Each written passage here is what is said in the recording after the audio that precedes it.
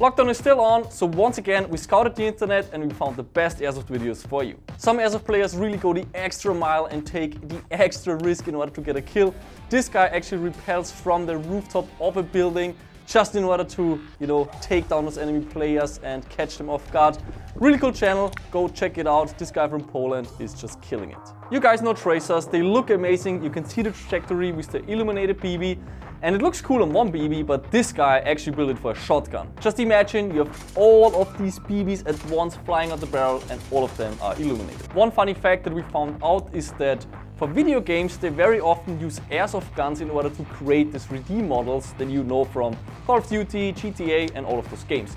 When you look closer, you actually see on top of the magazine there's only the tiny hole for the BB, so that gave away that they actually took an airsoft gun to make the model. Here in this GTA clip, you can actually see the little winding wheel of a high cap on the bottom of this mag. Springer pistols are cheap, but they have the disadvantage of you having to rack them. But this guy found a solution to the problem. Airsoft companies keep pumping out ridiculous stuff. Here, for example, Classic Army replicated the double barrel AR-15. We played with it and it was a blast.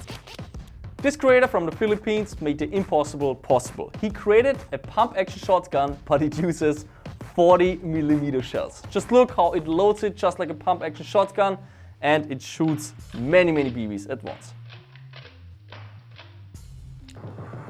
Tokyo Marui keeps innovating and making cool stuff. Here on the SGR-12 we actually have 3 individual hop-ups, and by dialing them in you can actually adjust the spread of the 3 BBs leaving the barrel. I played with this thing, it was incredibly heavy because of the huge gearbox, but it was still fun. If you ever wanted to know how an airsoft gas blowback pistol works, check out this video. Here you can actually see how all the gases expand in the different chambers, how the sears work and all of that.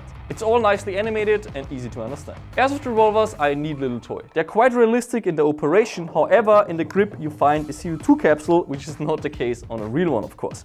Also when it comes to loading, it is very realistic because you just open the drum like that, you take out the old shells and then you have those neat little speed loaders right here and you can just push in the cartridges just like that. So you just push, let's go, and the entire drum is filled and you're ready to shoot. The guy in the next video takes it a step further. He actually builds a revolver that is belt fed. He uses 3D printing technology to make his own little cartridges, also the clips that connect the cartridges, and this way he gets, just like on a machine gun, a belt fed mechanism. For the Star Wars fans out there, there's many Airsoft companies who actually create replicas from the movie. Here for example I'm using the Han Solo blaster, which is based on a Mauser broom handle. They just added a scope to it, a new flash hider, and now it looks exactly like the gun that Han Solo is using. In the movie the Han Solo blaster can only do semi-auto. The Airsoft one can do full auto, and that's actually needed because the scope is kinda crappy. In the last video you can see a guy stippling his gun, and this is actually quite interesting because it gives you a nice grip on it. Really, you can't slip from those guns. Here's one that is made by Joseph. Takes hours over hours to actually make that happen, but I think it's all worth it. If you like this video format, leave us a like down below as well as a comment, and you can find all the sources from those videos in the video description below.